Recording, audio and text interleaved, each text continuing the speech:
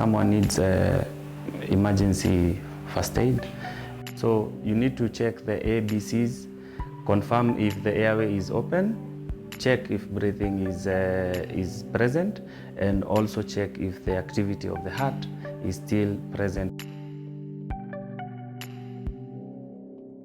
How do we know the airway is open? You need to talk to your casualty, confirm if the casualty is responsive. We use AVPU, check the casualty's alert, if they are responding to voice. If they are responding to pain, if they are not responding to those three, then it means our casualty is unresponsive. We need to open the airway. You can use the head tilt. You tilt the head, then chin lift to open a basic way of opening the airway. If our casualty has no traumatic injuries, or you can use a complicated way of opening the airway, that is the jaw thrust maneuver, whereby you pull the chin up and the airway is open. How do we check for breathing? Look, listen, and feel.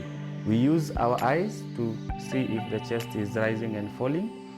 We use our cheek to feel the warmth of the casualty's breath, and also use our ears to feel the breathing, whether it is labored or the breathing is okay.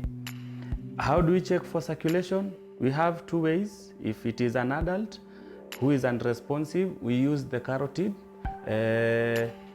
You can locate the carotid using the Adam's apple. You slide to the right kidogo, then you check the pulse. So ideally the pulse should be felt around here. If the casualty is responsive, an adult casualty, we use the radial pulse. So we feel the pulse point, which we call the radial pulse, which is slightly below the angle of the thumb. So this is where we check the radial pulse. If it is an infant or a child who is below 1 year, then we need to check the carotid pulse. So that is how you determine if you need to give emergency first aid: airway, breathing, and circulation.